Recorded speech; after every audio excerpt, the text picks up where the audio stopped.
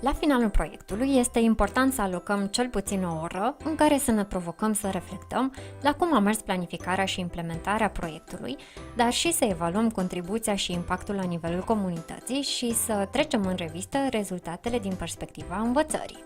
Această întâlnire nu se încadrează în rutina obișnuită și vă încurajăm să o faceți specială.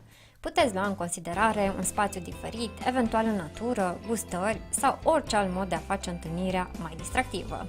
Dar ce este reflexia? Ei bine, reflexia este un element indispensabil în proiectul de service learning și ne ajută să devenim mai conștienți de schimbările prin care am trecut în timpul experiențelor diverse. Iar evaluarea, ea reprezintă analiza activităților, a realizărilor și a obiectivelor de învățare din timpul unui proiect și stabilirea măsurii în care am reușit să facem ceea ce ne-am propus.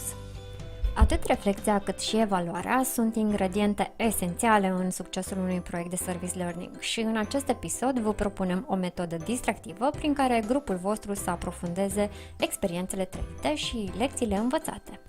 Harta experiențelor. Iată cum funcționează.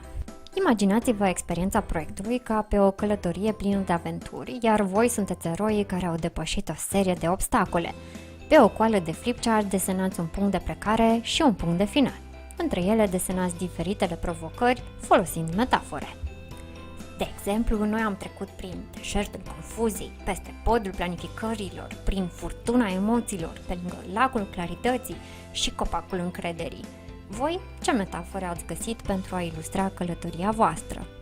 După ce ați terminat de desenat, discutați între voi pentru a concluziona. Ce ați învățat din această experiență? Ce ați face diferit? La ce să fiți atenți data viitoare?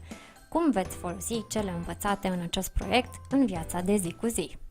La final, nu uitați să vă întoarceți la planul personal de învățare și să bifați obiectivele de învățare atinse. Este perfect normal ca un obiectiv de învățare să nu fie atins complet prin participarea la un singur proiect de service learning. În acest caz, putem să prelungim timpul necesar atingerii lui, să adăugăm noi activități prin care să ajungem acolo, dar și să îl transferăm pentru următorul proiect. Învățarea este o călătorie fără final. Asta este frumusețea ei.